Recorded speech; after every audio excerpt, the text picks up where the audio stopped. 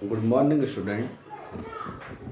आज की वीडियो में मैं आप लोगों को दो सदिशों के अदिश गुणन और दो सदिशों के सदिश गुणन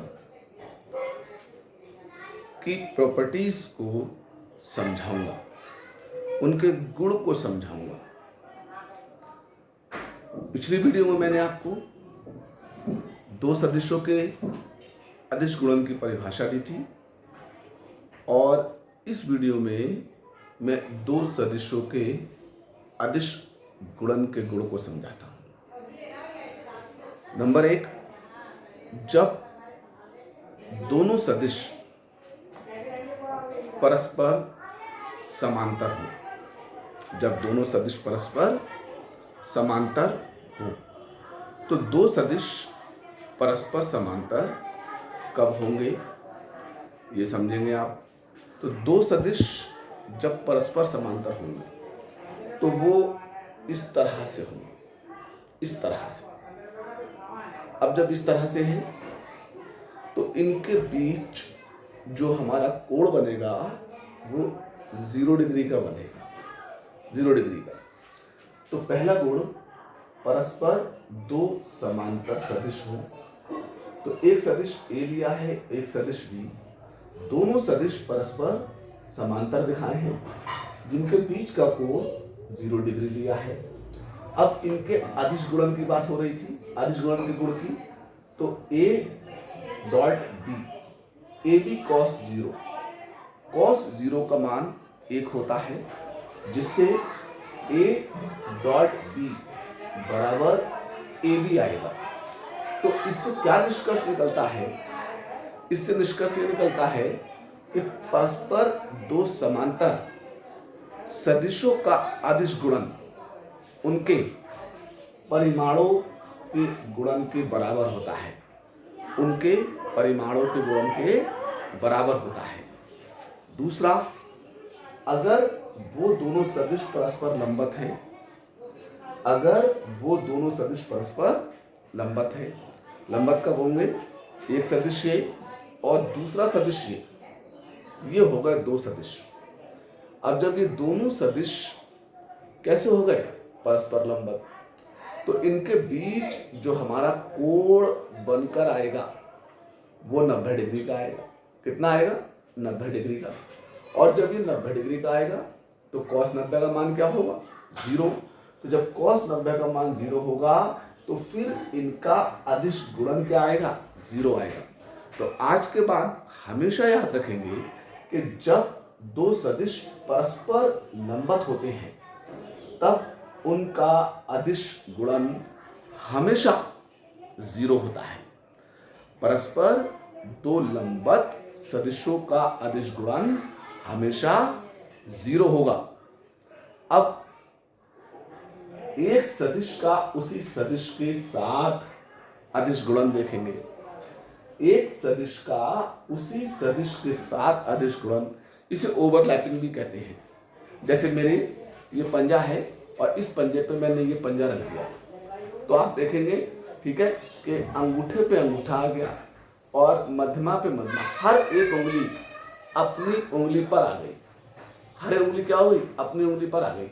अब इससे क्या हुआ कि इनके बीच का कोण क्या हो गया? 0 डिग्री हो गया और ये दोनों पंजे एक दूसरे पे ओवरलैप भी हो गए। तो इसे कहेंगे, ठीक है, इस उंगली का इस उंगली पर, इस उंगली का इस उंगली पर, इस उंगली का इस उंगली पर और इस उंगली का इस उंगली पर। तो ऐसे ही जब दो सदिश होते हैं तो एक सदिश का उसी सदिश पर, तो उसमें भी कोण क्या बनेगा? 0।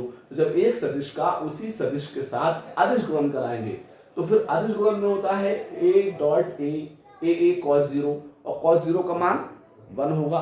तो जब कॉस 0 का मान 1 होगा तो फिर ए डॉट ए बराबर ए स्क्वायर, बराबर ए स्क्वायर। अब इसे क्या कहेंगे कि एक सदिश का उसी सदिश के साथ अदिश गुणन हमेशा उसके परिमाण के वर्ग के बराबर होगा, हमेशा उसके परिमाण के वर्ग के बराबर होगा। इसके बाद दो सदिशों के अदिश गुणन में क्रम विनिमय लगता है। दो सदिशों के अदिश गुणन में हमेशा क्रम विनिमय लगता है। क्रम विनिमय, अब आप ए की जगह पे बी को रख दें और बी की जगह पे ए को रख दें, तो दो सदिशों के अदिश गुणन में क्रम विनिमय लगता है। तो कभी भी इस पे, ठीक है, वेक्टर के पोजीशन को बदलने पर इसके अदिश गुणन पर कोई प्रभाव नहीं पड़ता है, क्योंकि इसमें कोई दिशा होती नहीं है। अब हम देखेंगे दो सदिशों के सदिश गुणन को, दो सदिशों के सदिश गुणन को। तो पहले तो हम सदिश गुणन का सूत्र जो हमने पिछली वीडियो में बताया था कि दो सदिश अगर ए और बी हैं तो सदिश गुणन में उनके बीच में क्रॉस लगाएंगे और फिर उसमें जो आता था, ठीक है, दोनों के परिमाणों के साथ में साइन थीटा आता था। तो दो सदिश के सदिश गुणन के गुण, तो सदिश गुणन के गुण में क्या होता है, ए क्रॉस बी बराबर ए बी साइन थीटा। अब देखिए परस्पर अगर दो समांतर सदिश हैं तो उनका अदिश गुणन, सदिश गुणन तो हमेशा जीरो होगा, सदिश गुणन हमेशा जीरो होगा। क्यों? क्योंकि इसमें साइन आया है और साइन जीरो का मान जीरो, साइन जीरो का मान जीरो, तो इसलिए ये ए क्रॉस बी बराबर जीरो आएगा। अब परस्पर दो लंबवत सदिश हैं और उनका सदिश गुणन निकालना है। परस्पर दो कैसे हैं, लंबवत सदिश हैं और उनका सदिश गुणन निकालना है। तो आपको क्या करना पड़ेगा, ठीक है, परस्पर दो लंबवत सदिशों के सदिश गुणन में जब आप थीटा को 90 डिग्री लगाएंगे तो साइन 90 का मान क्या होता है, एक, और साइन 90 का मान एक होने से ए क्रॉस बी बराबर, ठीक है, ए बी आ जाएगा। तो आप क्या कहेंगे कि परस्पर दो लंबवत सदिशों का सदिश गुणन हमेशा उनके परिमाणों के गुणन के बराबर होता है, हमेशा उनके परिमाणों के गुणन के बराबर होता है। इसके बाद एक सदिश का उसी सदिश के साथ सदिश गुणन, तो अब ओवरलैपिंग की बात आई, थीटा क्या बनेगा, जीरो, और साइन जीरो का मान जीरो, इसलिए ये वाला पूरा फैक्टर क्या हो जाएगा, जीरो। तो इसलिए ए क्रॉस ए जीरो हो जाएगा, ए क्रॉस ए जीरो हो जाएगा। तो आप क्या कहेंगे कि एक सदिश का उसी सदिश के साथ सदिश गुणन हमेशा क्या होगा, जीरो होगा। एक सदिश का उसी सदिश के साथ सदिश गुणन हमेशा जीरो होगा।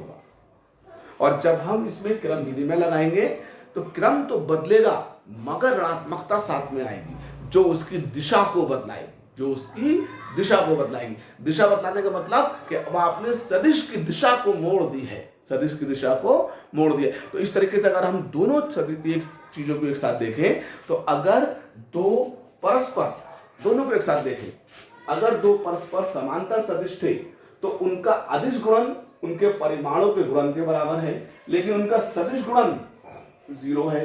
अगर दो परस्पर लंबवत सदिश थे तो उनका अदिश गुणन जीरो है, लेकिन उनका सदिश गुणन परिमाणों के उनके गुणन के बराबर है, ठीक है। और अगर एक सदिश उसी सदिश पर है तो उसका अदिश गुणन तो उसके परिमाण के वर्ग के बराबर है, लेकिन सदिश गुणन क्या है, उसका जीरो है, सदिश गुणन उसका जीरो है। तो इस तरह से आपने क्या देखा, ठीक है, कि सदिश, दो सदिशों के सदिश गुणन और अदिश गुणन के गुण एक दूसरे के विपरीत होते हैं। और इनके विपरीत होने की वजह क्या है, इनके विपरीत होने की वजह जो है वो एक के साथ में साइन थीटा और दूसरे गुणन के साथ में कॉस थीटा होता है। और साइन और कॉस की वैल्यू क्या होती है, आपस में एक दूसरे की अपोजिट वैल्यू होती है। तो अगर मेरी ये वीडियो आपको पसंद आई है, आप सब्सक्राइब कीजिएगा, लाइक कीजिएगा। अगली वीडियो में मैं आपको एकांक सदिश के बारे में बताऊंगा। तब तक के लिए नमस्कार।